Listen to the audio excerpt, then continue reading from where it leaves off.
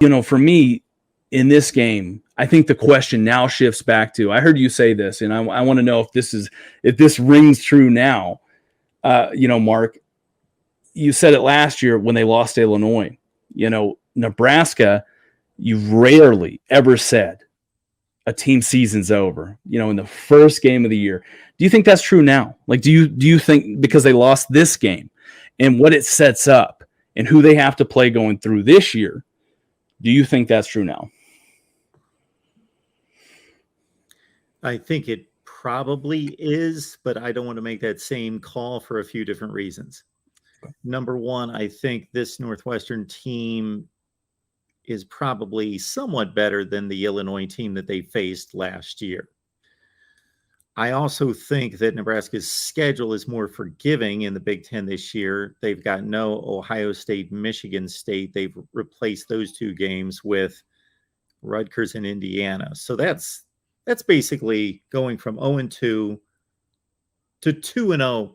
And if they don't go 2-0, if they don't win those two games, then the discussion's over. Yes, their season is over. So they have to beat Rutgers and Indiana. So they've supplanted 2 losses in the Big Ten with 2 wins, or else, the conversation's null and void. I also think that Mark Whipple's a tremendous addition. I don't think he forgot how to play call in the second half. I just think Casey Thompson started to just misfire for whatever reason. For whatever reason, he got into a funk in the second half that I think was partially caused by the pass rush was more effective for Northwestern in the second half, but it wasn't devastating. He still should have made throws. He was still missing throws. And a lot of the misconnections, and I'll use the final throw for the interception that sealed the loss as a microcosm, because it wasn't like Casey Thompson threw a horrible ball, and it wasn't like though the receiver should have caught it for sure. It was just the ball was here. It should have been here.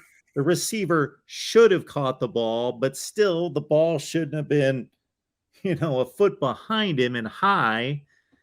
And that's where on really good teams, the teams that you've mentioned, either the quarterback just 9 out of 10 times, that's automatic. The ball's right between the numbers.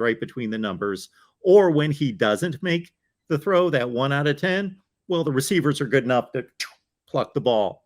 Right. And those Nebraska receivers did that a few times, but they didn't do it every time. And when they dropped it, then it became, we're punting. And in that case, game over, they picked it.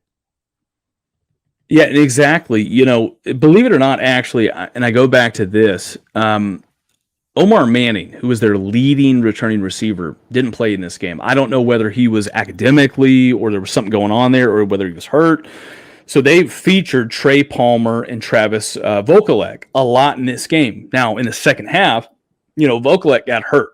So you've got your 1 and 2 going down, and you're trying to spread it around a little bit more.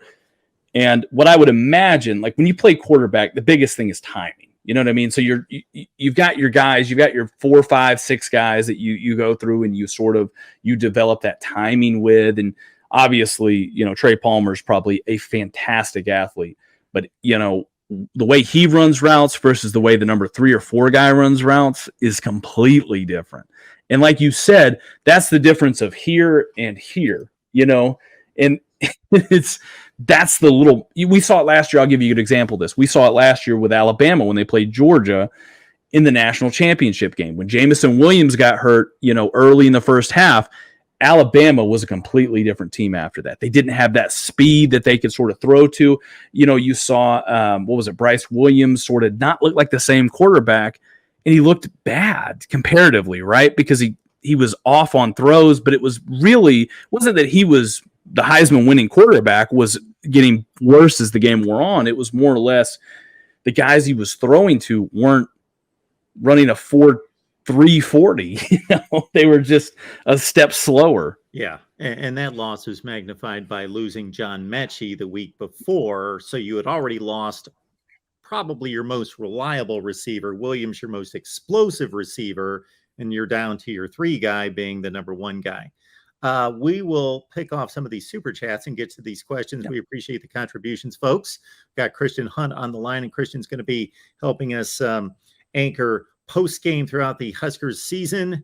And you can all cross your fingers that it's a better outcome going forward than it was today, which, hey, if you're just watching football and want a good season opener to just catch on week 0, hey, it was a really good ball game, close game down to the final drive. But for Husker fans, not a good start considering what you had to put up with last year, starting with a week 0 loss in the Big Ten, and what you've had to put up with for 5 years for Northwestern fans, for a season that looked like, okay, we may have to go through another 3-9, 4-8, maybe a little bit of hope. You're 1-0 in the Big Ten already, having defeated a division foe. So big win for the Wildcats and Pat Fitzgerald. Before I read the super chat, this may lead us into the rest of the conversation or the next phase of it, Christian. I looked this up some point late in the game. The 5-20 for Scott Frost, now 5-21 in one-score games, was out there all over the place. But then I looked up Pat Fitzgerald, now 20-9 in one-score games since 2015. So here you've got a coach that wins one-score games, coach that loses one-score games.